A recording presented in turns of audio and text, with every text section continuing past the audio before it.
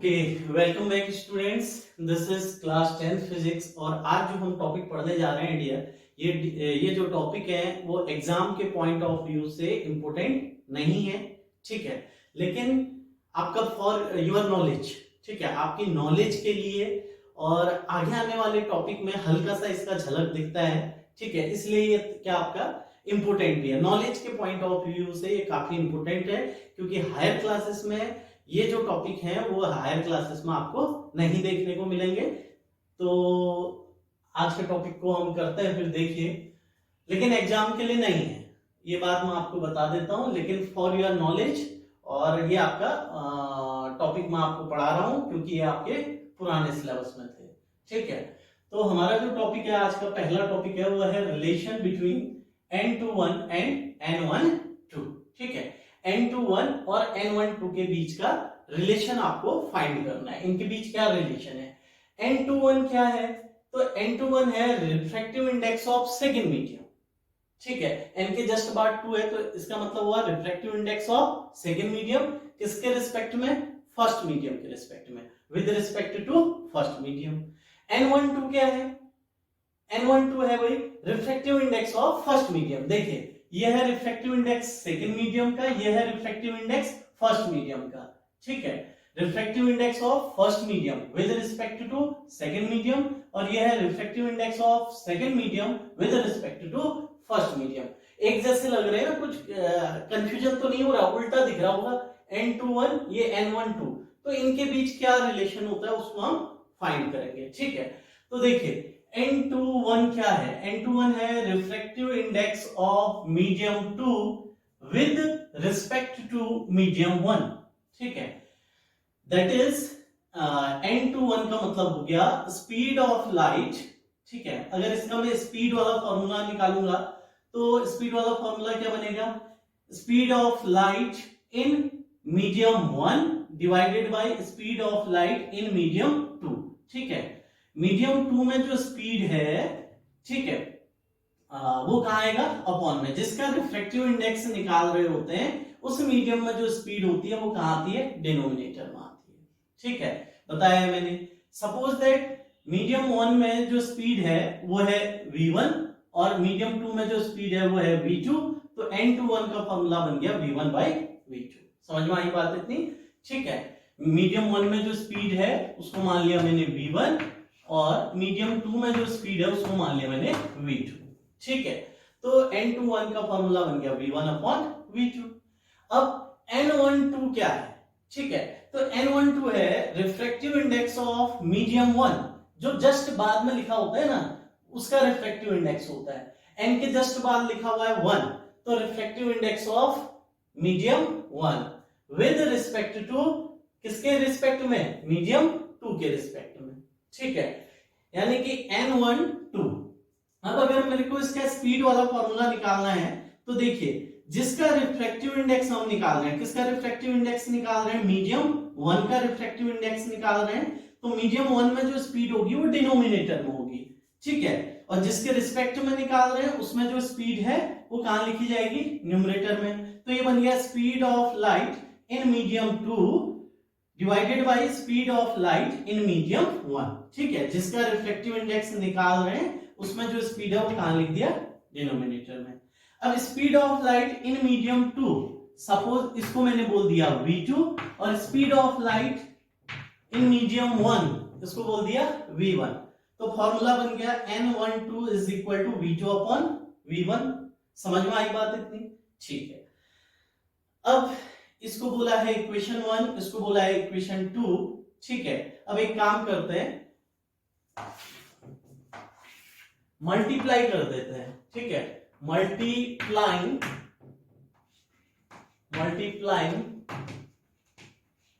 Equation 1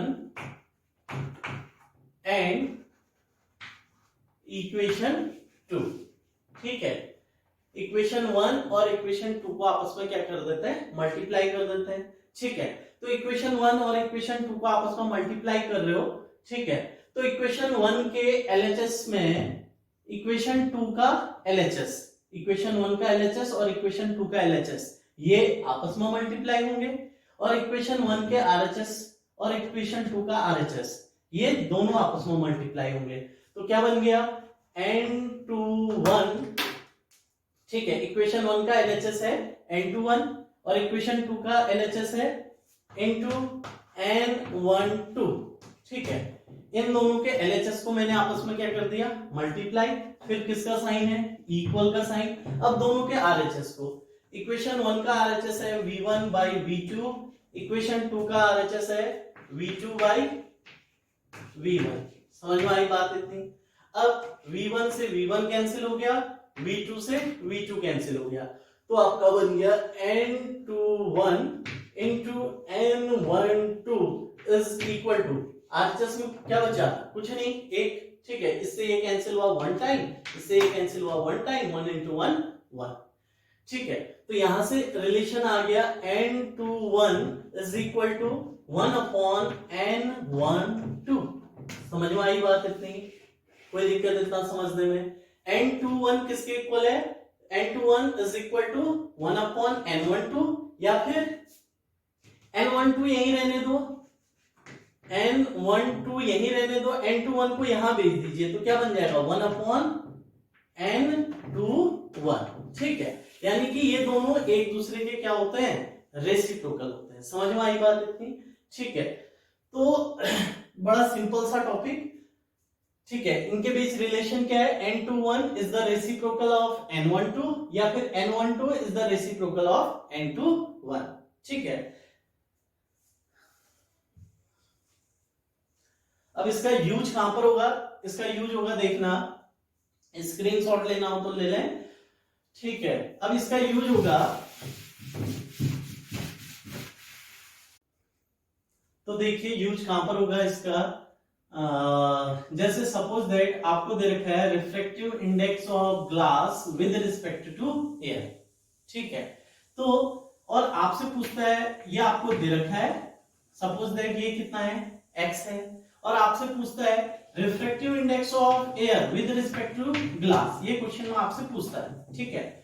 आपको दे रखा है refractive index of glass with respect to air, और आपसे पूछता है refractive index of air with respect to glass. तो बताइए refractive index of air with respect to glass, ये जो है अगर इसका, ये किसका रेसिप्रोकल होगा, तो ये रेसिप्रोकल होगा भाई किसका, NGA का, समझ में आई बात इतनी, ये NAG is the reciprocal of NGA, समझ में आई बात इतनी। और NGA आपको गिवन होगा, यानी कि जैसे कि क्वेश्चन में गिवन है x, ठीक है, तो आपका वैल्यू निकल जाएगी, समझ में आई बात इतनी, ठीक है। कुछ भी हो सकता है, जैसे आपको दे रखा है रिफ्रैक्टिव इंडेक्स ऑफ वाटर, ठीक है, विद रिस्पेक्ट टू ग्लास, ये मालूम है आपको, ठीक है। और आपसे पूछता है, ये सपोज दिया है कितना y, ठीक है, और आपसे पूछता है refractive index of glass with respect to water, ये फाइंड करने के लिए कहता है। तो refractive index of glass with respect to water, ये किसके इक्वल होगा, ये इक्वल होगा रेसिप्रोकल ऑफ दी किसका n, ठीक है। ये GW है तो यहां जाके उल्टा कर दीजिए WG का, और WG आपको दे रखा है कितना y है, तो ये हो गया 1 upon y, समझ में आई बात इतनी, ठीक है। एक क्वेश्चन ही कर लेते हैं, ठीक है, एक पर्टिकुलर क्वेश्चन कर लेते हैं, ठीक है। एक क्वेश्चन है, सपोज दैट, ठीक है, रिफ्रैक्टिव इंडेक्स ऑफ बेंजीन, किसका बेंजीन का, refractive index of benzene with respect to air is equal to 1.50, आपको दे रखा है refractive index of benzene with respect to air, कितनी है इसकी वैल्यू 1.50, ठीक है। और आपसे पूछता है find refractive index of air with respect to benzene, ठीक है। आपको एयर का रिफ्रैक्टिव इंडेक्स फाइंड करना है किसके रिस्पेक्ट में, बेंजीन के रिस्पेक्ट में, ये आपसे क्वेश्चन में पूछा है, समझ में आई बात इतनी। अब आपसे refractive index of air with respect to benzene पूछा हुआ है, लेकिन कुछ मालूम नहीं है, तो आप जानते हैं refractive index of air with respect to benzene, ये किसका रेसिप्रोकल होगा, ये रेसिप्रोकल होगा refractive index of benzene with respect to air, ये इस NAB, ठीक है, ये रेसिप्रोकल होगा किसका NBA का, ये आपस में क्या कर देना है, चेंज कर देना है। समझ में आई बात इतनी? ठीक है।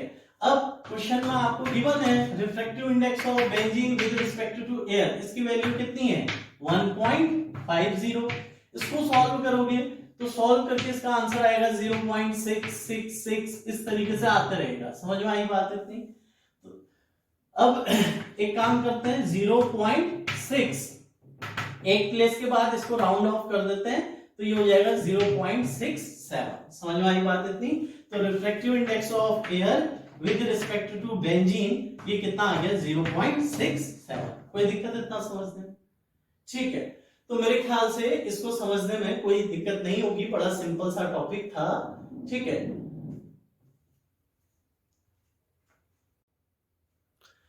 तो अब हम आते हैं डियर अपने आज के दूसरे टॉपिक पे, जो कि बहुत शानदार सा टॉपिक है और जिसको पढ़ाने के लिए मैंने इससे पहले वाला टॉपिक पढ़ाया था, और ये आपको आपकी बुक में भी मिल जाएगा, एनसीईआरटी की बुक में, लेकिन नए सिलेबस में ये नहीं है। ठीक है, लेकिन बहुत शानदार। ठीक है, क्या है? Refraction through a parallel glass slab. ठीक है, अगर कोई पैरेलल ग्लास प्लेट है या फिर कोई पैरेलल ग्लास स्लैब है तो उस ग्लास के स्लैब से लाइट का रिफ्रैक्शन किस तरीके से होता है, सब समझ में आई अपनी बात? सपोज दैट ये मेरे पास आप देख रहे होंगे मेरे हाथ में एक बुक है, ये किसके शेप में? क्यूबॉइड के शेप में। ठीक है, अगर सपोज करिए एक क्यूबॉइड है मेरे पास। ठीक है, क्यूबॉइड है जो कि किसका बना हुआ है? ग्लास का बना हुआ है। ठीक है, तो आप देखेंगे कि इसकी ये सरफेस इस सरफेस के क्या होगी? पैरेलल। ठीक है, ये सरफेस इस सरफेस के पैरेलल, ये सरफेस इस सरफेस के क्या? पैरेलल। इसकी आमने सामने की जो फेसेस हैं वो एक दूसरे के क्या है? पैरेलल। ऊपर वाली फेस नीचे वाली फेस के पैरेलल, ये फेस इस फेस के पैरेलल, ये फेस इस वाले फेस के पैरेलल। ठीक है, अगर मेरे पास कोई कांच का एक स्लैब है, ठीक है, कैसा slab? Parallel glass slab. Parallel बोले तो जिसके जो फेस हैं, आमने सामने के फेस, वो क्या है? एक दूसरे के पैरेलल है। तो मेरे पास एक ग्लास का स्लैब है और इससे कोई लाइट रे, इसमें कोई लाइट रे इंटर कर रही है, और यहां से देखिए, यहां से लाइट रे इंटर करेगी और यहां से, अब ये कांच का बना हुआ है तो नीचे से क्या हो जाएगी? निकल जाएगी। समझ रहे हैं मेरी बात? यहां से मान लीजिए एयर से लाइट रे किस में गई? ग्लास में गई। एयर से लाइट रे किस में गई? ग्लास में। ग्लास के अंदर ट्रेवल करेगी और उसके बाद लाइट रे ग्लास से कहां निकल आएगी? बाहर निकल आएगी। समझ में आई बात इतनी? तो ये किस तरीके से होता है और किस तरीके की जो बाहर निकलने वाली रे है, इमर्जेंट रे, और ये जो इस पर पड़ रही है इंसिडेंट रे, इनके बीच कोई सिमिलैरिटी या फिर कुछ दिखाई देता है, कोई कॉमन चीज? इस चीज को हम स्टडी करने की यहाँ पर क्या कर रहे हैं? कोशिश कर रहे हैं। समझ में आई बात इतनी? ठीक है, तो मेरे पास एक कांच का गुटका है जिसके आमने सामने की जो साइड है क्यूबॉइड है। ठीक है, जिसके आमने सामने के जो फेसेस हैं वो क्या है? पैरेलल। और मैं इसका आपको ये वाला हिस्सा दिखा रहा हूं, यहाँ पे पूरा क्यूबॉइड नहीं बना रहा हूं मैं। आपका ये वाला फेस, ये वाला जो फेस है, जो आपकी तरफ फेस है, वो फेस मैंने इस बोर्ड पे क्या किया हुआ है? ड्रॉ किया हुआ है। समझ रहे हैं? ठीक है, इस कांच के गुटके का ये वाला जो फेस है, ये फेस मैंने इस बोर्ड पर क्या किया हुआ है? ड्रॉ किया हुआ है।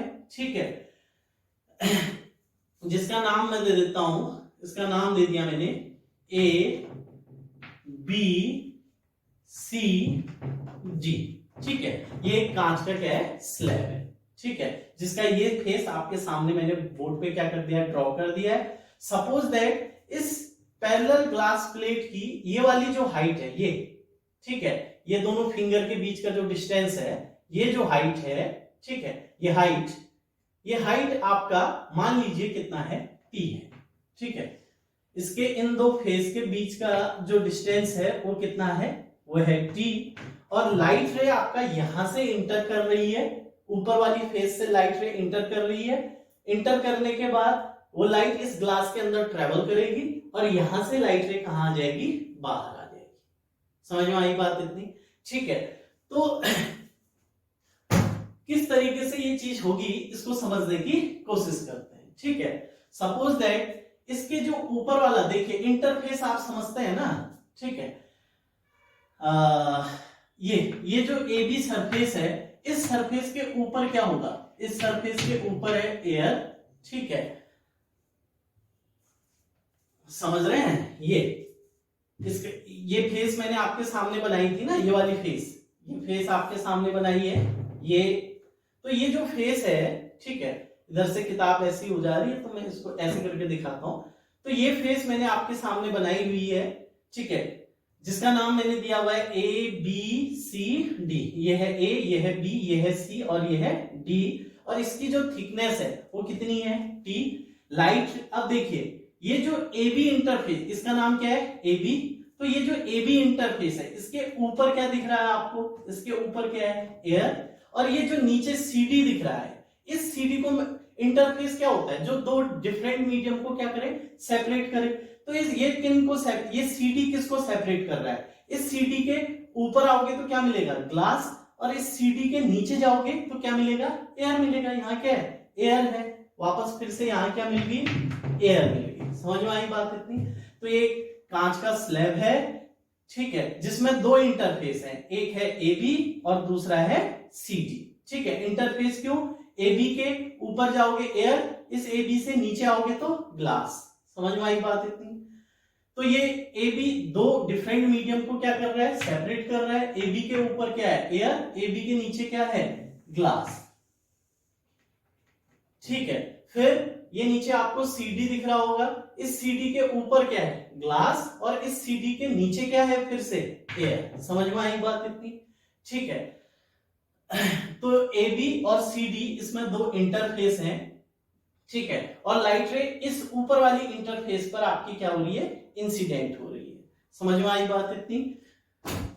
तो then suppose that a light ray incident on interface A B obliquely, ठीक है। सपोज दैट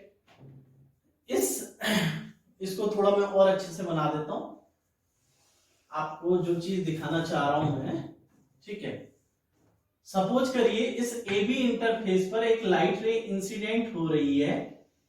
कैसे इंसिडेंट हो रही है? ऑब्लिकली। ऑब्लिकली बोले तो झुकी हुई, ठीक है। बोले तो ये देखिए, ये है आपका पॉइंट ऑफ इंसिडेंट। इस पॉइंट ऑफ इंसिडेंट पे मैं ड्रॉ कर देता हूं नॉर्मल, ठीक है। इस पॉइंट ऑफ इंसिडेंट पे मैंने क्या ड्रॉ कर दिया?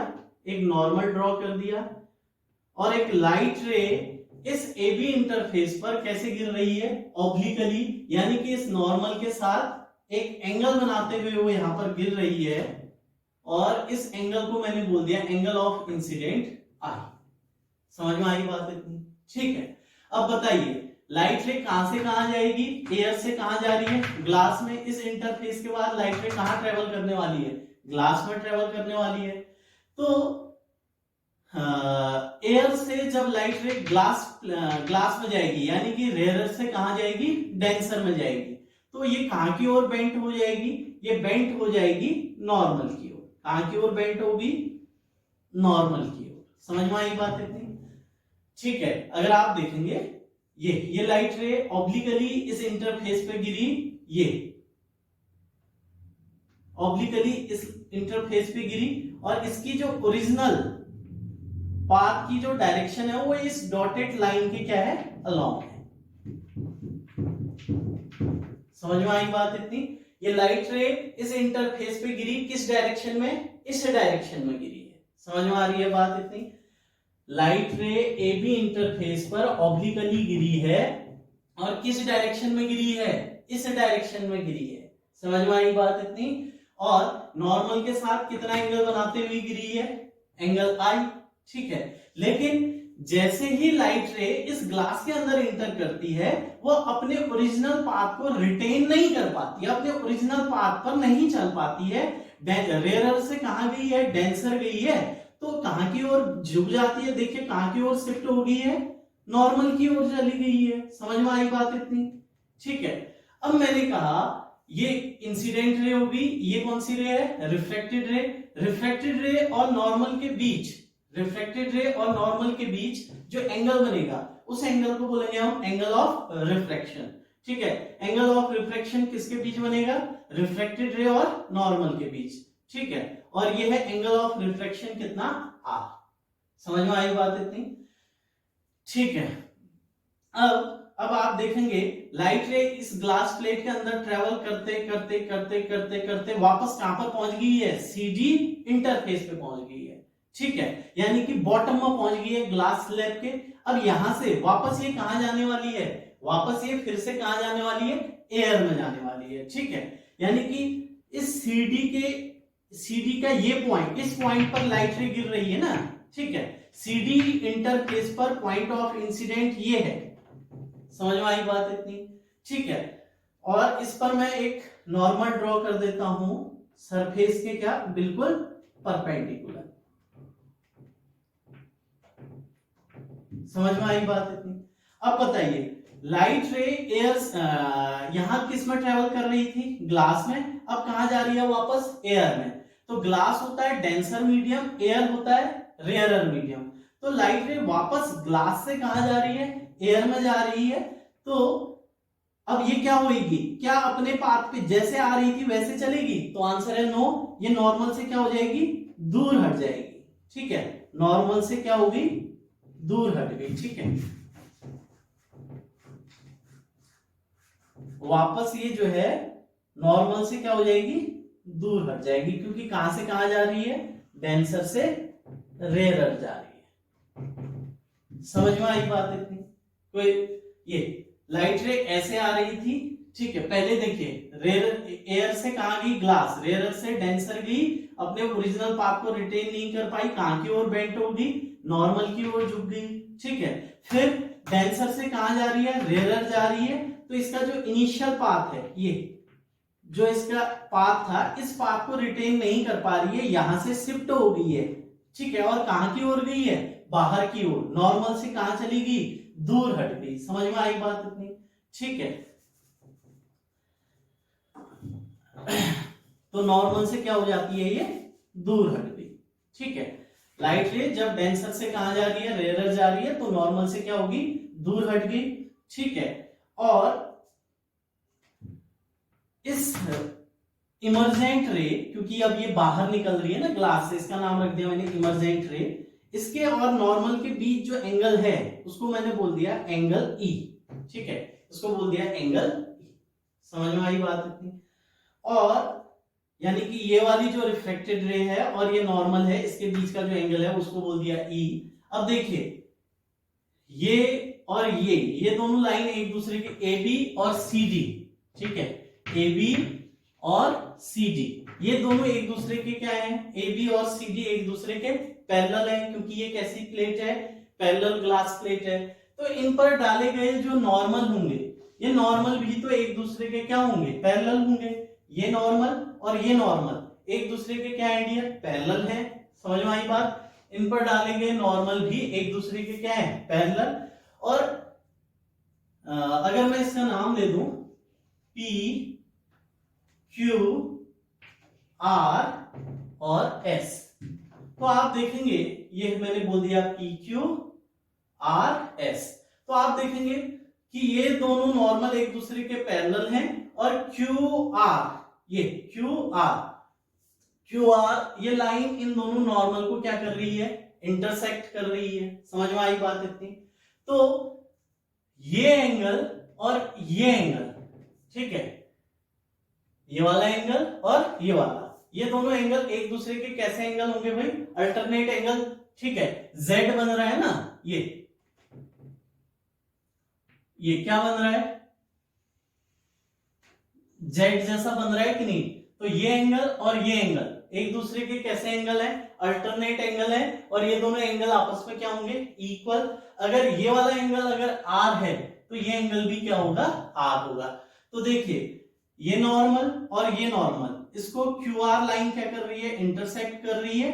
तो ये एंगल और ये वाला एंगल एक दूसरे के क्या होंगे? इक्वल। ये अगर R है तो ये भी क्या होगा? आपका R। समझ में आई बात इतनी? देन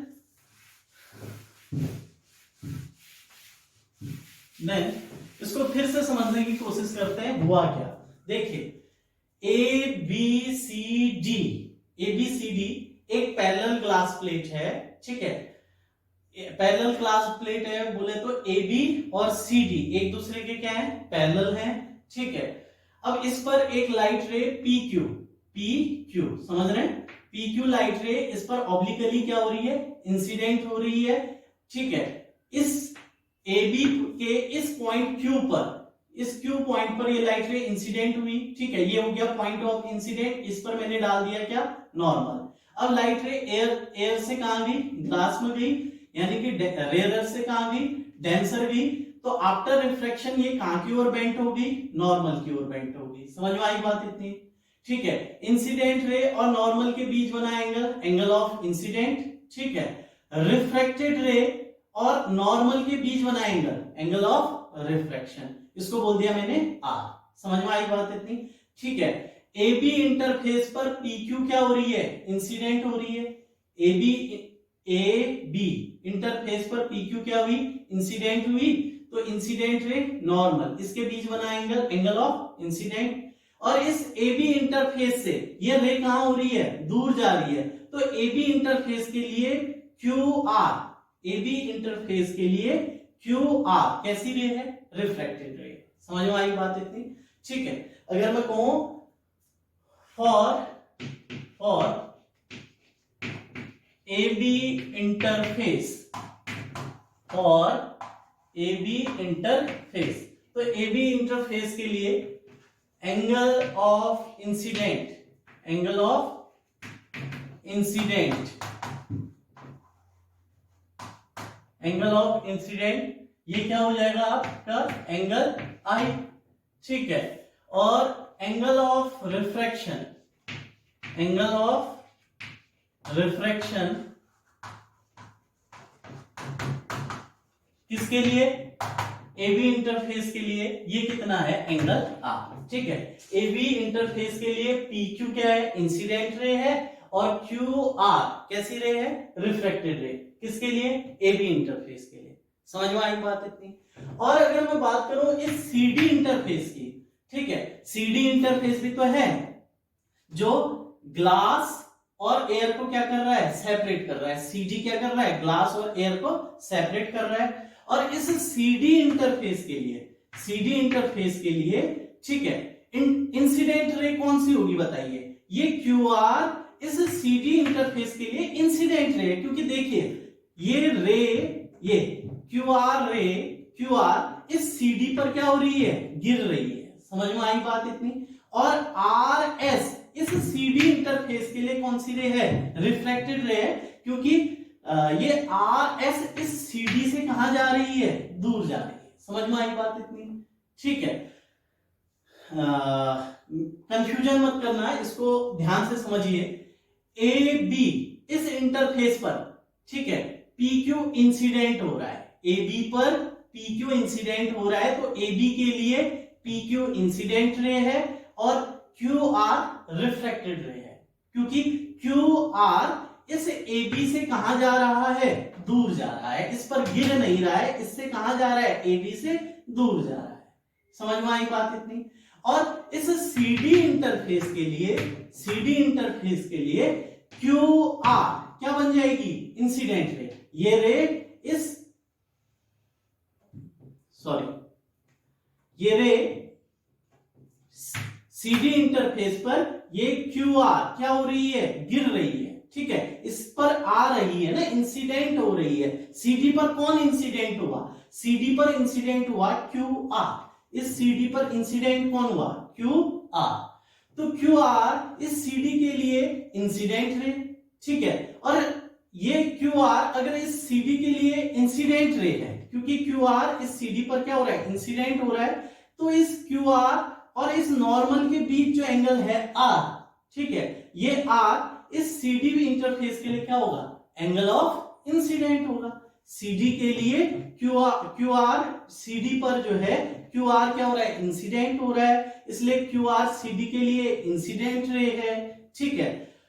और इस QR इंसिडेंट रे के द्वारा इस नॉर्मल के साथ जो एंगल बना है वो कहलाएगा एंगल ऑफ इंसिडेंट, ठीक है। और ये RS, ठीक है, इस CD इंटरफेस से कहां जा रहा है, दूर जा रहा है, दिख रहा है, दूर जा रहा है। तो RS CD के लिए कौन सी रे है, रिफ्रैक्टेड रे। तो ये RS के द्वारा नॉर्मल के साथ ये जो एंगल बना हुआ है इसको बोलेंगे हम एंगल ऑफ रिफ्रैक्शन। समझ में आई बात इतनी? अगर मैं कहूं फॉर CD इंटरफेस, तो CD इंटरफेस के लिए एंगल ऑफ इंसिडेंट क्या हो जाएगा बताइए? CD पे कौन सी रे गिर रही है? CD पे गिर रही है QR, और QR और नॉर्मल के बीच जो बना एंगल है वो क्या हो जाएगा? एंगल ऑफ इंसिडेंट, यानी कि एंगल R। ठीक है, CD के लिए एंगल ऑफ इंसिडेंट क्या है? Angle R। ठीक है, और इस CD इंटरफेस के लिए एंगल ऑफ रिफ्रैक्शन,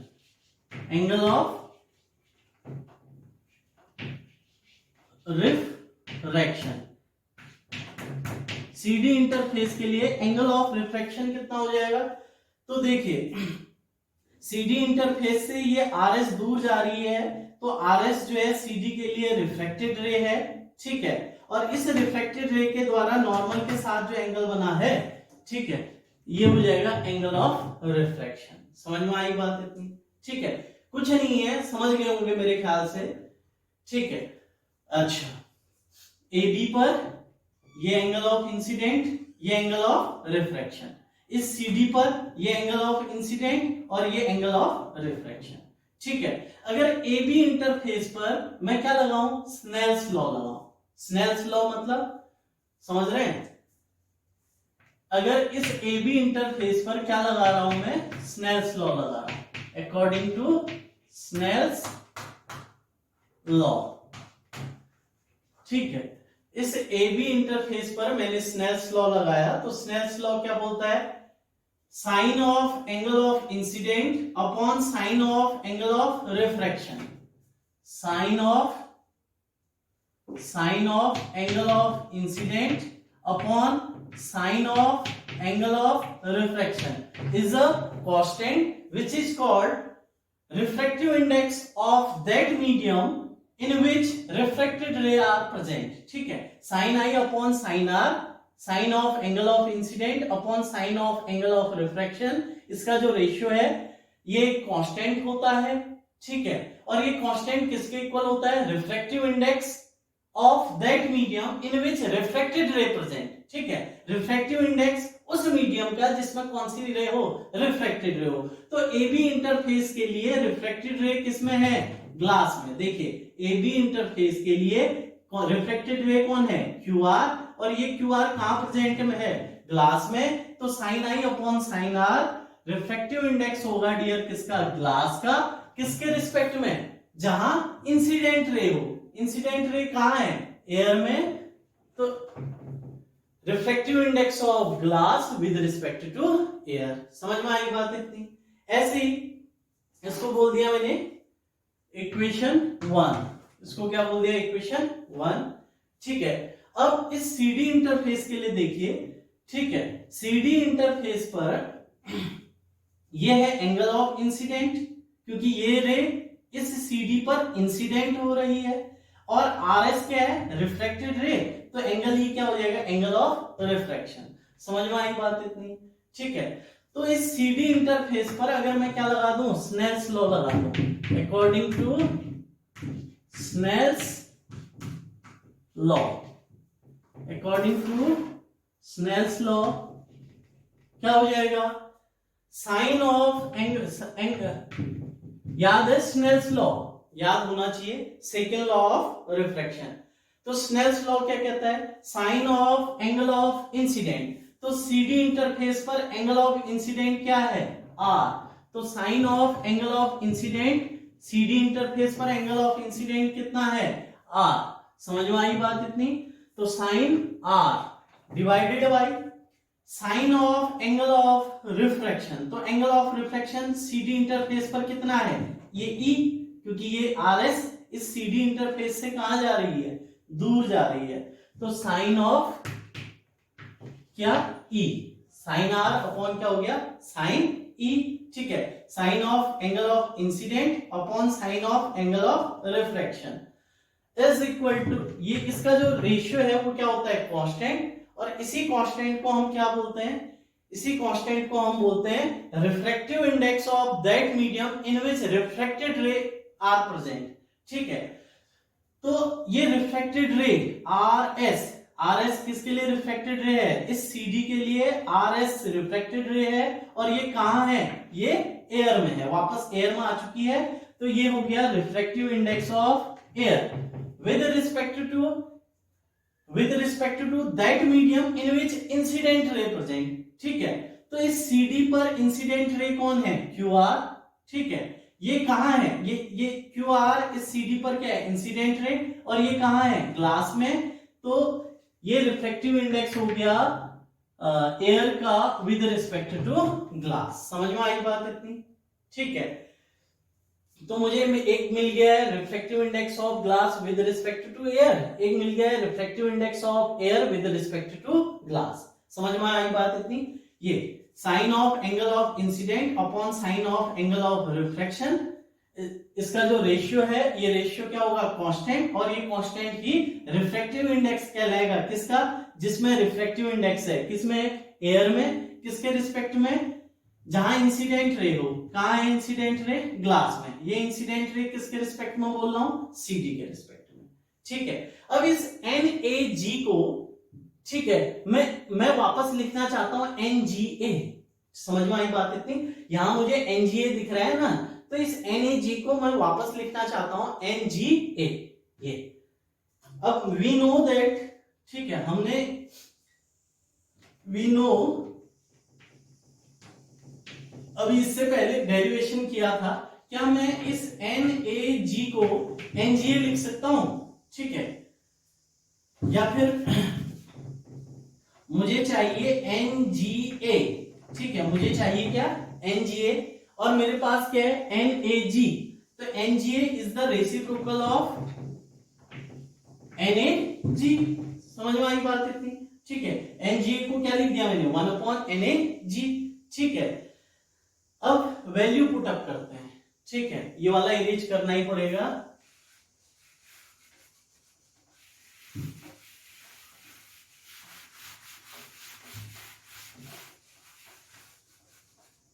ठीक है, तो NGA is equal to 1/NAG।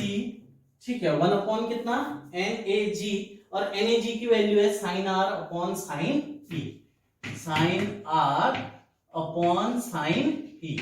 ये डेरिवेशन भी उतना इंपॉर्टेंट नहीं है। ठीक है, ये डेरिवेशन भी इंपॉर्टेंट नहीं है, समझ में आए तो ठीक है, नहीं तो कोई दिक्कत नहीं, लेकिन इससे जो रिजल्ट आएगा वो बहुत इंपॉर्टेंट है। ठीक है, अब देखिए sin R upon sin E है, अब ये इसका जो है ऊपर भेजता हूं तो sin E कहां चले जाएगा, ऊपर, तो ये हो गया sin E upon sin R। समझ में आई बात इतनी? बोले तो NGA की वैल्यू मुझे मिल गई है कितना, sin E upon sin R। ठीक है, NGA की वैल्यू मिल गई है sin E upon sin R, या फिर इसको मैं उल्टा लिख देता हूं, उल्टा बोले तो sin E upon sin R किसके इक्वल है, NGA के इक्वल है, sin E upon sin R किसके इक्वल है, NGA के इक्वल है, और इसको बोल दिया इक्वेशन 2। समझ में आई बात इतनी? अब देखिए इक्वेशन 1 और इक्वेशन 2, इक्वेशन 1 और 2 दोनों के राइट हैंड साइड क्या दिख रहे हैं आपको, इक्वल दिख रहे होंगे। ठीक है, इक्वेशन 1 और 2 दोनों के RHS आपस में क्या है, इक्वल है, तो ये दोनों के RHS अगर आपस में इक्वल है तो इनके LHS भी आपस में क्या होने चाहिए, इक्वल होने चाहिए। ठीक है, इनके LHS भी क्या होंगे, आपस में इक्वल होंगे। ठीक है, तो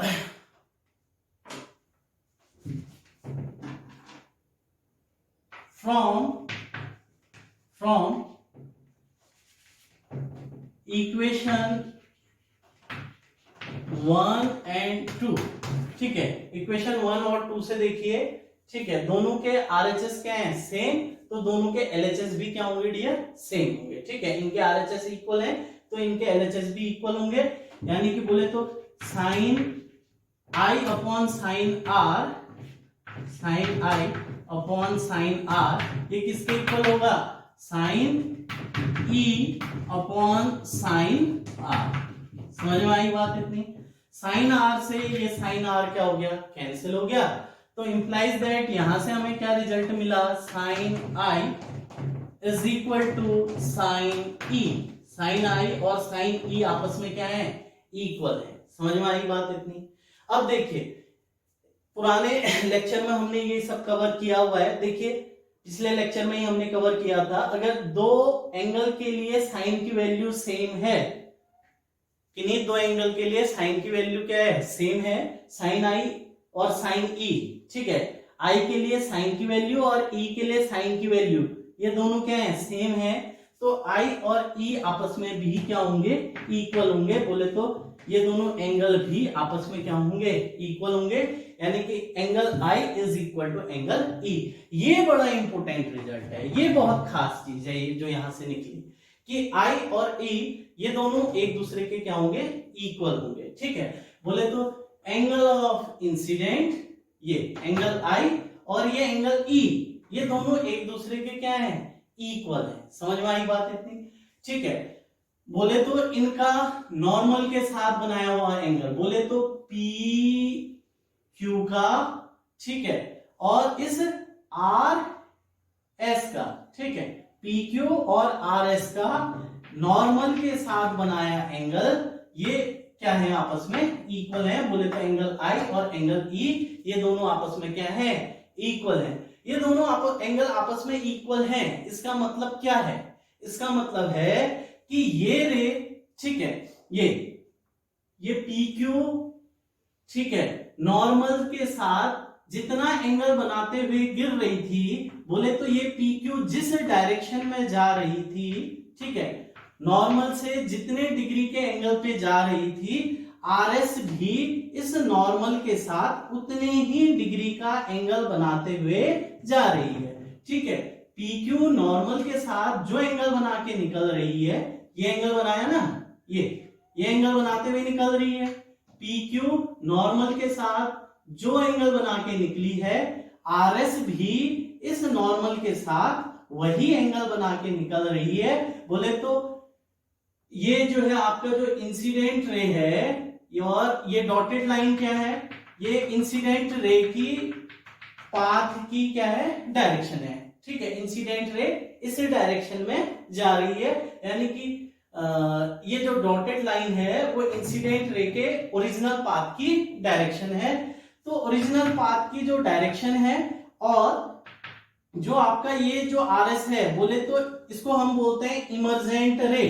इमर्जेंट रे क्यों कहा, देखिए पी क्यू इस स्लैब पे गिर रही थी, तो पी क्यू का नाम इंसिडेंट रे, और ये आर एस इस स्लैब से बाहर निकल रही है, इसलिए इसको हमने बोल दिया इमर्जेंट रे। समझ में आई बात इतनी। पी क्यू इस स्लैब के, ये देखिए पी क्यू इस स्लैब पे गिर रही है तो इसका नाम इंसिडेंट रे, और आर एस इस स्लैब से बाहर आ रही है, इसका मतलब इमर्जेंट रे। इस स्लैब के रिस्पेक्ट में बोल रहा हूं। ठीक है, स्लैब पर पी क्यू गिर रही है और इस स्लैब से आर एस बाहर निकल रही है, तो पी क्यू और आर एस सेम डायरेक्शन में जा रहे हैं। बोले तो ये और ये एक दूसरे के क्या होंगे, बिल्कुल पैरेलल होंगे। समझ में आई बात इतनी। पी क्यू जिस डायरेक्शन में जा रहा है, आर एस भी उसी डायरेक्शन में जा रहा है। ठीक है, समझ में आई बात इतनी, यानी कि ये दोनों एक दूसरे के क्या है, पैरेलल हैं। ठीक है, और इनिशियल पाथ की डायरेक्शन और इमर्जेंट रे की जो डायरेक्शन है, इनिशियल पाथ की डायरेक्शन और इमर्जेंट रे की डायरेक्शन सेम है। और बशर्ते एक चीज ये हुई है कि आपका जो ये रे है वो अपने ओरिजिनल पाथ से थोड़ा सा क्या हो गई है, शिफ्ट हो गई है। और ये देखिए ये आपका इनिशियल रे था। ठीक है, अब ये सब चीज भूल जाइए, ये सब चीज भूलिए,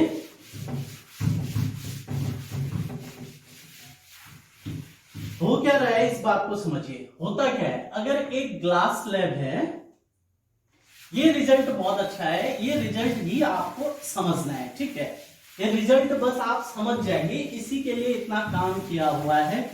इसका प्रूफ कोई इंपॉर्टेंट नहीं है, टेंशन में आने की जरूरत नहीं है, ठीक है, तनाव नहीं लेना है, खाली ये रिजल्ट समझिए। ये एक पैरेलल ग्लास प्लेट है, ठीक है, और इस पैरेलल ग्लास प्लेट पर एक कोई रे इंसिडेंट होती है।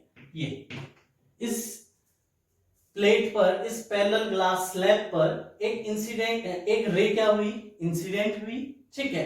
अब अंदर क्या हुआ सब भूल जाइए, ठीक है, और नीचे कहीं से वापस ये लाइट रे निकल रही है और इस तरीके से बाहर आ रही है कि देखिए जो डायरेक्शन इसकी थी वही डायरेक्शन इसकी भी है। यहां क्या हुआ वो सब भूल जाइए, समझ रहे हैं। एक ग्लास का स्लैब है, इस स्लैब पर एक लाइट रे गिरी, ठीक है, और ये लाइट रे यहां से क्या हुई, बाहर निकली, ठीक है।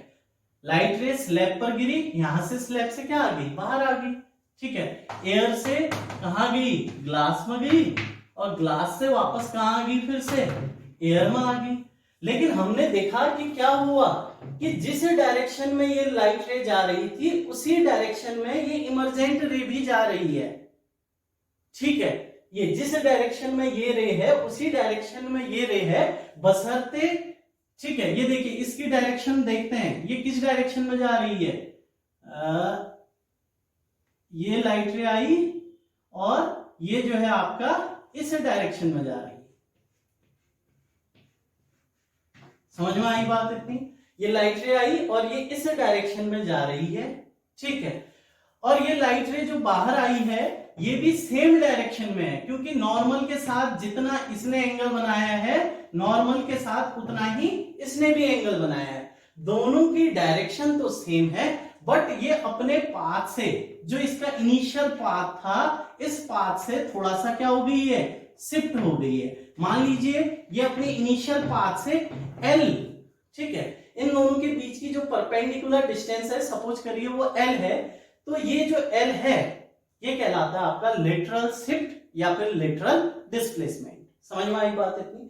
ये लाइट रे अपने पाथ से, ये लाइट रे आई और अपने पाथ से थोड़ा सा क्या हो गई है, जब निकल रही है बाहर शिफ्ट हो गई है, लेकिन डायरेक्शन दोनों की क्या है, सेम है। समझ में आई बात इतनी। और इनिशियल पाथ और इमर्जेंट रे के बीच का जो परपेंडिकुलर डिस्टेंस है इसी को हम बोलते हैं लेटरल डिस्प्लेसमेंट या फिर लेटरल शिफ्ट। कोई दिक्कत है इतना समझने में। L is called lateral shift या फिर लेटरल डिस्प्लेसमेंट। L क्या है, इनिशियल पाथ की डायरेक्शन और इमर्जेंट रे के बीच की जो डायरेक्शन है उसके बीच की परपेंडिकुलर डिस्टेंस। समझ में आई बात इतनी, ठीक है। आपको देखिए कुल मिला के कहानी ये है कि स्लैब से, पैरेलल ग्लास प्लेट से या फिर एक ग्लास स्लैब से जब कोई लाइट रे, ये लाइट रे इस स्लैब पर गिरी और इस स्लैब से जब ये बाहर निकलेगी तो दोनों की डायरेक्शन सेम होगी। जैसे ये आ रही थी वैसे ही ये आगे को बढ़ेगी, लेकिन ये अपने पाथ से थोड़ा सा क्या हो गई है, शिफ्ट हो गई है, और इसी शिफ्ट को हम बोलते हैं लेटरल शिफ्ट। बोले तो डायरेक्शन में कोई चेंज नहीं आया है। देखिए ये जिस डायरेक्शन में है ये भी उसी डायरेक्शन में है, डायरेक्शन सेम है। ये कहां जा रही थी, ये इस डायरेक्शन में जा रही है। समझ में आई बात इतनी। और ये जो इससे ये इस डायरेक्शन में जा रही थी और इससे जो ये इमर्जेंट रे निकली ये भी उसी डायरेक्शन में जा रही है। समझ में आई बात। ये जिस डायरेक्शन में गई उसी डायरेक्शन में ये भी गई है, लेकिन अपने पाथ से ये ओरिजिनल जो पाथ है उस पाथ से थोड़ा सा क्या हो गई है, शिफ्ट हो गई है। समझ में आई बात इतनी। और इसी शिफ्ट को हम बोलते हैं लेटरल शिफ्ट या फिर लेटरल डिस्प्लेसमेंट। इनिशियल पाथ की डायरेक्शन और रिफ्रैक्टेड इमर्जेंट रे की जो डायरेक्शन है, यह जो इमर्जेंट रे है इसका बीच का जो परपेंडिकुलर डिस्टेंस है, इसी परपेंडिकुलर डिस्टेंस को हम क्या बोलते हैं, लेटरल शिफ्ट या फिर लेटरल डिस्प्लेसमेंट। समझ में आई बात इतनी, ठीक है। अब देखिए ये जो शिफ्ट आ रहा है, ठीक है, इमर्जेंट रे में इस इनिशियल पाथ से, आपको लग रहा है ना कि ये देखिए ये लाइट रे ऐसे आ रही थी, इसको ऐसे निकलना था, इसको ऐसे ही निकलना था, लेकिन ये ऐसे नहीं निकली, ये थोड़ा सा अपनी जगह से थोड़ा यहां से आई तो यहां से न निकल करके थोड़ा पीछे से निकल रही है, समझ रहे हैं? ये लाइट रे ऐसे इंटर करी, सीधे ऐसे न निकल करके थोड़ा पीछे से निकल रही है, लेकिन डायरेक्शन क्या है? सेम है। और ये जो शिफ्ट आया है, ये जो अपने इनिशियल पाथ से जो ये शिफ्ट हो रखी है, इसी को हम बोलते हैं लेटरल शिफ्ट। यहां से कितना खिसक गई? इतना खिसक गई। अब ये जो लेटरल शिफ्ट है, ये कुछ फैक्टर्स पे डिपेंड करता है कि इमर्जेंट रे अपनी ओरिजिनल पाथ की डायरेक्शन से कितना शिफ्ट होएगी। ठीक है, ये इमर्जेंट रे अपने इंसिडेंट ओरिजिनल पाथ से कितना शिफ्ट होएगी, ये किस किस फैक्टर पे डिपेंड करता है, ये चीज हम देखते हैं। ठीक है, पहला ये डिपेंड करता है डियर, पहला ये डिपेंड करता है किस पर? इस ग्लास स्लैब की थिकनेस पर। किस पर डिपेंड करता है? ग्लास स्लैब की थिकनेस पर। ठीक है, ग्लास स्लैब जितना ज्यादा मोटा होगा, समझ रहे हैं? ये ग्लास स्लैब है और ये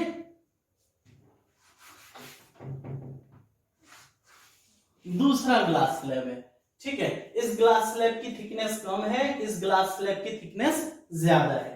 ठीक है, तो इस पर भी इंसिडेंट रे गिरी, ठीक है, और इस पर भी इंसिडेंट रे गिरी, दोनों पर इंसिडेंट रे सेम एंगल बनाते हुए गिर रही है। अब इससे जो इमर्जेंट रे निकल रही है, आप देखेंगे कि वो ऐसे आ रही है, इससे जो इमर्जेंट रे निकली वो ऐसे जा रही है, समझ रहे हैं? ठीक है, और इससे जो इमर्जेंट रे निकली वो ऐसे जा रही है। ठीक है, अब देखेंगे ये इसकी इनिशियल पाथ की डायरेक्शन है। ठीक है, अब देखेंगे कि यहां पर शिफ्ट जो है बहुत थोड़ा सा है, लेकिन यहां देखेंगे तो ये इस ग्लास स्लैब की थिकनेस क्या है? ज्यादा है, तो यहां जो डिस्प्लेसमेंट आया है, लेटरल डिस्प्लेसमेंट, ये डिस्टेंस काफी ज्यादा है और यहाँ ये डिस्टेंस काफी कम है। देखिए, इसकी थिकनेस कम थी तो ये जो लाइट रे निकली है, ये समझ रहे हैं? बड़ा शानदार सा नहीं हो रहा है कुछ, बहुत ही है। लाइट रे ऐसे आ रही है, और उसके बाद थोड़ा सा ये ऐसे आ रही थी, उसके बाद यहाँ बगल से गुजर जा रही है, डायरेक्शन सेम है, जैसे आ रही थी वैसे ही जा रही है, वैसे निकल रही है। देखिए, जैसे इस पर गिरी वैसे ही इससे निकली भी, लेकिन अपने पाथ से थोड़ा सा क्या हो जा रही है? शिफ्ट हो जा रही है। जिस ग्लास प्लेट की थिकनेस क्या है? कम है। ठीक है, उसमें शिफ्ट भी क्या आ रहा है? कम आ रहा है। जिस ग्लास प्लेट की थिकनेस ज्यादा है, इसकी थिकनेस ज्यादा दिख रही, तो यहाँ शिफ्ट भी क्या आ रहा है? ज्यादा आ रहा है। ये रिजल्ट बड़ा शानदार सा है, समझ रहे हैं? अंदर वाली चीज क्या हुई भूल जाइए कैसे हुआ। आप ये रिजल्ट देखिए, जैसे आ रही थी वैसे ही जाएगी, उसी डायरेक्शन में जाएगी, लेकिन अपनी जगह से थोड़ा सा क्या हो जाएगी? शिफ्ट हो जाएगी। ठीक है, दूसरा किस शिफ्ट फैक्टर पे डिपेंड करता है वो देखते हैं। एक आपका डिपेंड करता है थिकनेस पर, ठीक है, दूसरा आपका डिपेंड करता है एंगल ऑफ इंसिडेंट पर। दूसरा किस पर डिपेंड करता है? Angle of incident. Angle of incident जितना ज्यादा होगा, एंगल ऑफ इंसिडेंट जितना ज्यादा होगा, लेटरल शिफ्ट भी उतना ही ज्यादा होगा। ठीक है, मैंने दो सेम थिकनेस के, ये इसकी और इसकी, दोनों की थिकनेस क्या ले ली है? सेम थिकनेस के दो स्लैब लिए। ठीक है, इस पर देखिए,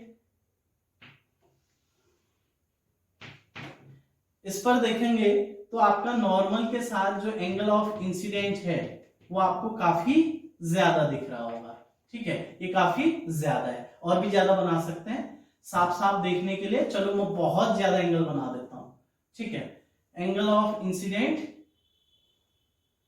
लो ये इंसिडेंट रे है, ये इस ग्लास स्लैब पे गिर रही है। ठीक है, आप देखेंगे कि यहां पर एंगल ऑफ इंसिडेंट काफी ज्यादा है।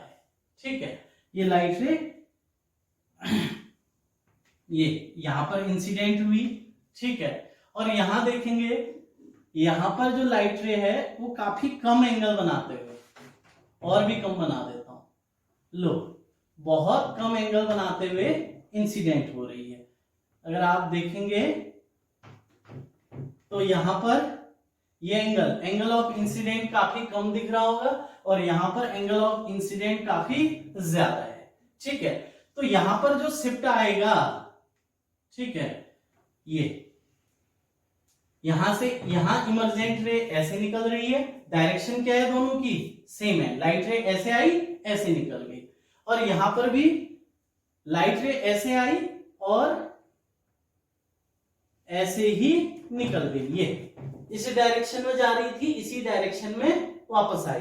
ठीक है, अब अगर हम देखें यहां पर ये दोनों की डायरेक्शन आपको क्या दिख रही है, सेम दिख रही है, दिख रही है कि नहीं। ठीक है, जिस डायरेक्शन में इंसिडेंट रे गिर रही थी उसी डायरेक्शन से इमर्जेंट रे भी निकल रही है। जिस डायरेक्शन में ये इंसिडेंट रे है, ठीक है, जिस डायरेक्शन में ये इंसिडेंट रे है उसी डायरेक्शन में इमर्जेंट रे भी है, बट इनके बीच का जो शिफ्ट है, ठीक है, लेटरल शिफ्ट, यहां क्या दिख रहा है, ज्यादा दिख रहा है, और यहां जो लेटरल शिफ्ट है, ये लेटरल शिफ्ट काफी कम दिख रहा है। इनके बीच का परपेंडिकुलर डिस्टेंस काफी कम है और इनके बीच का परपेंडिकुलर डिस्टेंस काफी ज्यादा है। तो आप देखेंगे कि एंगल ऑफ इंसिडेंट जितना ज्यादा इंक्रीज होगा, लाइट रे अपनी पाथ से उतना ही ज्यादा क्या होती है, शिफ्ट होती है। ठीक है, तो दूसरा किस पर डिपेंड करता है, एंगल ऑफ इंसिडेंट पर, एंगल ऑफ इंसिडेंट। तीसरा डिपेंड करता है डियर रिफ्रैक्टिव इंडेक्स पर। तीसरा किस पर डिपेंड करता है, रिफ्रैक्टिव इंडेक्स पर। समझ में आ रही है बात। बोले तो वाटर और ग्लास, ठीक है, या फिर कुछ और ले लीजिए। ठीक है, मान लीजिए ग्लास की जगह कोई हम दूसरा मीडियम ले लेते हैं, जैसे कि एक सॉल्ट का टुकड़ा है, रॉक सॉल्ट है, वो भी आपका स्लैब की फॉर्म में ही है। स्लैब की फॉर्म में रॉक सॉल्ट भी था हमारे पास और स्लैब की फॉर्म में ग्लास स्लैब भी है। ये रॉक सॉल्ट है, रॉक सॉल्ट, और ये ग्लास स्लैब। ठीक है, दोनों मैंने ग्लास स्लैब, ठीक है, रॉक सॉल्ट और ग्लास स्लैब दोनों पैरेलल ग्लास प्लेट की फॉर्म में लिए हैं। एक सॉल्ट का टुकड़ा जो कि स्लैब की फॉर्म में है, ग्लास का टुकड़ा जो कि स्लैब की फॉर्म में है। तो आप देखेंगे कि रॉक सॉल्ट का रिफ्रैक्टिव इंडेक्स ज्यादा है और ग्लास स्लैब का रिफ्रैक्टिव इंडेक्स कम है। तो ग्लास स्लैब के केस में जिसका रिफ्रैक्टिव इंडेक्स कम होगा वहां लेटरल शिफ्ट कम होगा, जहां आपका रिफ्रैक्टिव इंडेक्स, रॉक सॉल्ट का रिफ्रैक्टिव इंडेक्स ज्यादा होता है, तो इस केस में आपको शिफ्ट भी क्या दिखाई देगा, ज्यादा दिखाई देगा। समझ में आई बात इतनी। तो रिफ्रैक्टिव इंडेक्स इंक्रीज करने के साथ, देखिए इसका रिफ्रैक्टिव इंडेक्स शायद 1.33 होता है, जो भी होता है मुझे याद नहीं है, ठीक है, डाटा याद नहीं है, तो जो भी है इसका जो रिफ्रैक्टिव इंडेक्स है वो कम होता है, इसका रिफ्रैक्टिव इंडेक्स ज्यादा होता है। तो इसका रिफ्रैक्टिव इंडेक्स कम है तो शिफ्ट भी कम आएगा, इसका रिफ्रैक्टिव इंडेक्स ज्यादा है तो इसमें जो है शिफ्ट भी ज्यादा आएगा। समझ में आई बात इतनी। तो हमने देखा थिकनेस बढ़ने के साथ शिफ्ट क्या होता है, बढ़ता है। जितना थिकनेस होगी, स्लैब की थिकनेस जितना ज्यादा, शिफ्ट भी उतना ज्यादा। एंगल ऑफ इंसिडेंट जितना ज्यादा, एंगल ऑफ इंसिडेंट जितना ज्यादा आपका ये एंगल ऑफ इंसिडेंट जितना ज्यादा होगा, शिफ्ट भी उतना ही ज्यादा। रिफ्रैक्टिव इंडेक्स जिस मीडियम का जितना ज्यादा होगा उसके लिए लेटरल शिफ्ट भी उतना ही ज्यादा होगा। यानी कि आपका थिकनेस बढ़ने के साथ, incident ray angle of incident बढ़ने के साथ, या फिर रिफ्रैक्टिव इंडेक्स इंक्रीज होने के साथ आपका जो लेटरल शिफ्ट है वो भी क्या होता है, इंक्रीज होता है। समझ में आई बात इतनी। बट यानी कि thickness is directly proportional to lateral shift, angle of incident is directly proportional to lateral shift, and refractive index is also directly proportional to lateral shift. अब फोर्थ फैक्टर है जिस पर ये डिपेंड करता है वो है कलर पर, बोले तो वेवलेंथ पर। किस पर, वेवलेंथ पर। अभी ये हमने पढ़ा नहीं है, ये आगे का टॉपिक है, ठीक है। देखिए व्हाइट लाइट में 7 कलर होते हैं, ठीक है। क्या होता है? विबग्योर है, विबग्योर,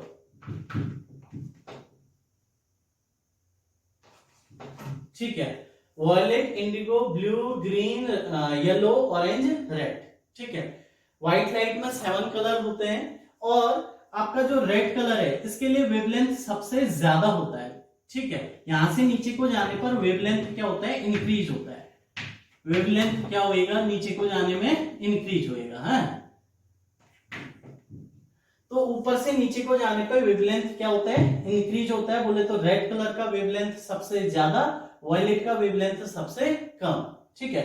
रेड का वेवलेंथ सबसे ज्यादा है तो इसके लिए जो लेटरल शिफ्ट होता है वो उतना ही कम आता है। रेड कलर के लिए लेटरल शिफ्ट उतना ही, रेड कलर के लिए लेटरल शिफ्ट क्या होगा? कम होगा। वायलेट का वेवलेंथ सबसे कम है तो इसके लिए लेटरल शिफ्ट सबसे ज्यादा आएगा। समझ में आई बात इतनी? रेड के लिए लेटरल शिफ्ट सबसे ज्यादा और वायलेट के लिए लेटरल शिफ्ट सबसे कम। समझ रहे हैं? तो वेवलेंथ जैसे जैसे इंक्रीज होगा शिफ्ट वैसे वैसे कम होगा, उल्टा रिलेशन है। वेवलेंथ जैसे जैसे इंक्रीज होगा आपका शिफ्ट वैसे वैसे क्या आएगा? कम आएगा। समझ में आई बात इतनी? ये सपोज दैट ये ग्लास स्लैब लिया मैंने, ये दूसरा ग्लास स्लैब लिया, दोनों की थिकनेस सेम थी, ठीक है। दोनों की थिकनेस क्या है? सेम है। नहीं भी दिख रही हो तो मान लीजिए दोनों की थिकनेस क्या है? सेम है। समझ में आई बात इतनी? अब मान लीजिए ठीक है, इस पर मैंने रेड कलर गिराया, मैंने प्योर केवल मैंने व्हाइट लाइट नहीं ली, मैंने क्या ली? रेड कलर की लेजर लाइट। लेजर आप जानते होंगे, लेजर, रेड कलर की लेजर लाइट से मैंने रेड लाइट इस पर इंसिडेंट कराई, ठीक है। और उतने ही एंगल, ठीक है। और मान लीजिए यहां आपका 30 डिग्री के एंगल पे, कितने डिग्री के एंगल पे इंसिडेंट कराई? 30 पे, ठीक है। एंगल ऑफ इंसिडेंट कितना है? 30। और यहां मैंने वायलेट लाइट गिराई इस पर। क्या कौन सी लाइट गिराई? इस स्लैब पर वायलेट लाइट गिराई। और नॉर्मल के साथ यहां भी एंगल कितना था? सपोज दैट यहां भी एंगल कितना था? 30 डिग्री। यानी कि देखिए दो स्लैब लिए जिनकी थिकनेस सेम है, दोनों ग्लास के हैं तो दोनों का रिफ्रैक्टिव इंडेक्स सेम है, दोनों पर सेम एंगल ऑफ इंसिडेंट पर मैंने क्या गिराई? दो डिफरेंट कलर की लाइट गिराई। इस पर रेड कलर की गिराई, इस पर वायलेट कलर की गिराई। तो हमने देखा कि जो रेड कलर है, रेड कलर में जो शिफ्ट था वो काफी कम था। रेड कलर में जो शिफ्ट था वो काफी आपका क्या दिख रहा था? कम दिख रहा था। ये शिफ्ट इनिशियल पाथ से, ये जो शिफ्ट आ रखा है अपने ओरिजिनल पाथ से जो ये शिफ्ट हो रखी है, लेटरल शिफ्ट रेड कलर के केस में क्या था? कम था। और वायलेट के केस में ये शिफ्ट हमको काफी ज्यादा देखने को मिला। ये शिफ्ट हमको काफी ज्यादा देखने को मिला। ये जो डिस्टेंस था, ठीक है, यहां शिफ्ट आपको काफी कम दिख रहा है, यहां शिफ्ट आपको काफी ज्यादा दिख रहा है। समझ में आई बात इतनी? ठीक है। क्यों? क्योंकि रेड कलर का वेवलेंथ सबसे ज्यादा होता है। रेड कलर का वेवलेंथ ज्यादा है तो शिफ्ट रेड कलर के लिए क्या आ रहा है? कम आ रहा है। वायलेट का वेवलेंथ क्या हुआ है आपका? सबसे कम है और इसके लिए शिफ्ट क्या आ रहा है? ज्यादा आ रहा है। तो आप देखेंगे कि वेवलेंथ इंक्रीज होने के साथ शिफ्ट क्या होता है? कम होता है, ठीक है। तो wavelength is inversely proportional to lateral shift, ठीक है। वेवलेंथ के इनवर्सली प्रोपोर्शनल होता है क्या? Lateral shift. जिसका वेवलेंथ ज्यादा होगा उसके लिए शिफ्ट क्या आएगा? कम आएगा। जिसका वेवलेंथ कम होगा उसके लिए शिफ्ट क्या आएगा? ज्यादा आएगा। समझ में आई बात इतनी? रेड कलर के लिए शिफ्ट क्या होता है? कम होता है। और वायलेट के लिए शिफ्ट क्या आता है? ज्यादा आता है। क्योंकि इसका वेवलेंथ ज्यादा है तो शिफ्ट कम, इसका वेवलेंथ, वायलेट का वेवलेंथ कम है तो शिफ्ट क्या आ गया? ज्यादा। यानी कि वेवलेंथ कैसे प्रोपोर्शनल है? इनवर्सली प्रोपोर्शनल है, इनवर्सली प्रोपोर्शनल। और ये ऊपर के तीनों कैसे प्रोपोर्शनल है, डायरेक्टली प्रोपोर्शनल। थिकनेस बढ़ेगी शिफ्ट बढ़ेगा, एंगल ऑफ इंसिडेंट बढ़ेगा, आपका शिफ्ट बढ़ेगा, रिफ्रैक्टिव इंडेक्स बढ़ेगा तो शिफ्ट बढ़ेगा। ये तीन इंक्रीज होने के साथ शिफ्ट क्या होता है, इंक्रीज होता है, और वेवलेंथ इंक्रीज होने के साथ शिफ्ट क्या होता है, डिक्रीज होता है। समझ में आई बात? तो इन सारे फैक्टर पर आपका लेटरल शिफ्ट क्या करता है, डिपेंड करता है। अब ये सब चीज अगर आप नहीं भी याद रखते, केवल मोस्ट एंड मोस्ट इंपोर्टेंट चीज, ठीक है, बहुत ही खास चीज जो आपको याद होनी चाहिए, जो आपको मालूम होना चाहिए कि अगर आपका कोई पैरेलल ग्लास प्लेट है, कोई कैसा प्लेट है, पैरेलल ग्लास प्लेट है, यानी कि जिसके आमने सामने के फेस क्या है, पैरेलल है। समझ में आई बात इतनी? अगर पैरेलल ग्लास प्लेट है तो इस पर देखिए, पैरेलल ग्लास प्लेट पर एक लाइट रे मैंने इंसिडेंट कराई, ठीक है, तो इससे जब लाइट रे बाहर निकलेगी तो ये जो बाहर निकलने वाली लाइट रे है वो इंसिडेंट रे की ही डायरेक्शन में होती है। जैसे इंसिडेंट रे जा रही थी वैसे ही इमर्जेंट रे जाएगी, ठीक है, बशर्ते ये अपने इनिशियल पाथ से थोड़ा सा क्या हो जाती है, शिफ्ट हो जाती है। अपने इनिशियल पाथ से ये थोड़ा सा क्या हो गई है, शिफ्ट हो गई है। समझ रहे हैं ये बात? एक light ray parallel glass plate पर जब इंसिडेंट हुई, ठीक है, light ray parallel glass plate पर जब इंसिडेंट हुई और तो जब ये बाहर निकली तो इंसिडेंट रे की डायरेक्शन और इमर्जेंट रे की डायरेक्शन, इंसिडेंट रे की डायरेक्शन और इमर्जेंट रे की जो डायरेक्शन है वो क्या होती है आपकी, बिल्कुल सेम होती है। देखिए ये जिस डायरेक्शन में जा रहा है, ठीक है, ये भी उसी डायरेक्शन में जा रही है। इंसिडेंट रे जिस डायरेक्शन में है उसी डायरेक्शन में कौन भी है, इमर्जेंट रे भी है, लेकिन ये अपनी जगह से थोड़ा सा क्या हो गई है, शिफ्ट हो गई है, जिसे हम क्या कहते हैं, लेटरल शिफ्ट। समझ में आई बात इतनी? ठीक है, तो इस पर कुछ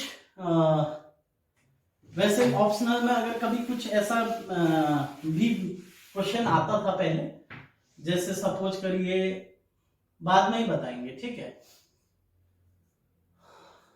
सपोज करिए आपसे कह रहा है कि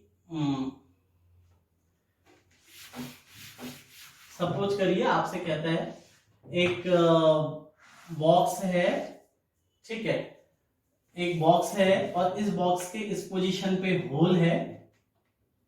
एक बॉक्स है, एक लकड़ी का टुकड़ा है, एक लकड़ी का बॉक्स है, इस बॉक्स के इस पोर्शन पे होल है और इस पोर्शन पे भी होल है, इस पोर्शन पे भी होल है, सॉरी,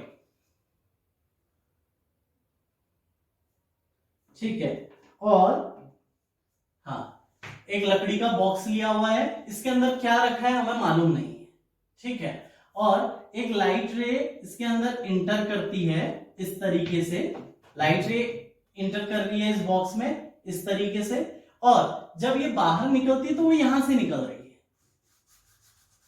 जब वो बाहर निकलती है तो वो यहां से निकल रही है। सपोज दैट यहां पर और भी होल बना देते हैं हम, ठीक है, यहां पर एक होल यहां पर है, एक होल यहां पर है, ठीक है, एक लकड़ी का टुकड़ा लिया हुआ है, एक लकड़ी का एक लकड़ी का बॉक्स रखा हुआ है, क्या रखा हुआ है, लकड़ी का बॉक्स, बॉक्स में, बॉक्स के इस फेस में यहां पर होल है और बॉक्स के अपोजिट फेस में, इस फेस का जो अपोजिट फेस है उसमें 3 होल है। समझ में आई बात इतनी? और बॉक्स के इस होल से लाइट रे इंसिडेंट हुई और बॉक्स के से जो सबसे टॉप वाला जो होल है यहां से लाइट रे क्या आ रही है, बाहर आ रही है।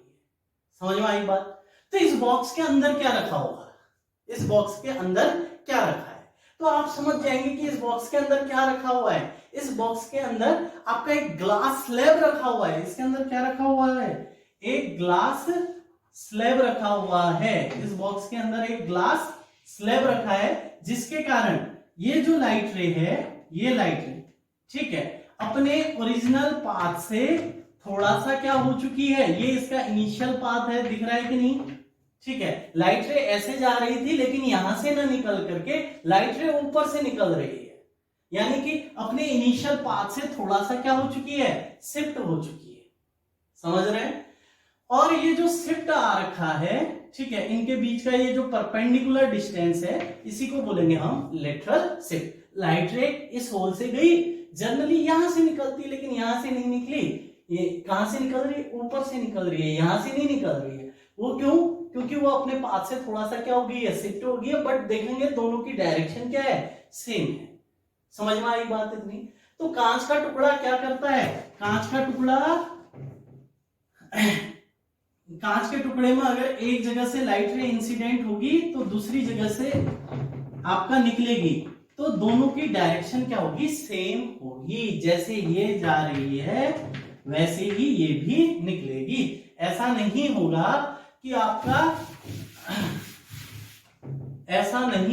कि आपका स्लैब में लाइट रे इंसिडेंट तो इस डायरेक्शन में हुई और स्लैब से जो लाइट रे निकल रही है वो इस डायरेक्शन में जा रही है। ऐसा नहीं होगा, लाइट रे ऐसे आई और ऐसे इधर को जा रही है, ऐसा नहीं होगा। समझ रहे हैं?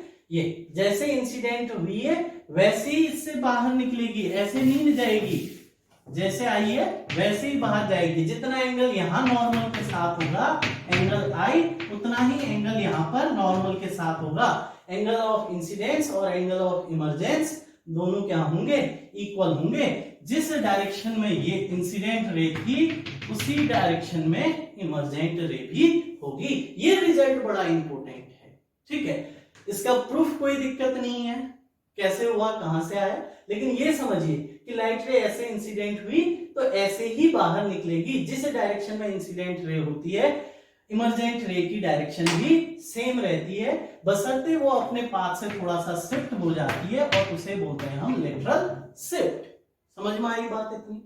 ठीक है, तो ये किस में होता है, पैरेलल ग्लास प्लेट में होता है। आई होप आपको ये चीज क्लियर हुई होगी और ये रिजल्ट आपके बहुत काम का रिजल्ट है, ये समझने के लिए रिजल्ट है कि ग्लास प्लेट के केस में क्या होएगा। समझ में आई बात इतनी? ठीक है, ओके, इतने पे ही क्लोज करते हैं डियर। ठीक है, थैंक यू। घर पर पढ़ते रहिए, सुरक्षित रहिए, स्वस्थ रहिए, ठीक है, और रोज का रोज वीडियो को देखते रहिए। अगर आपको कहीं पे भी कोई भी दिक्कत होती है तो आप कमेंट करिए, आप कॉल करिए, ठीक है, आप पूछें, लेकिन घर पे शांत ना बैठे रहें, ठीक है, पूछना है।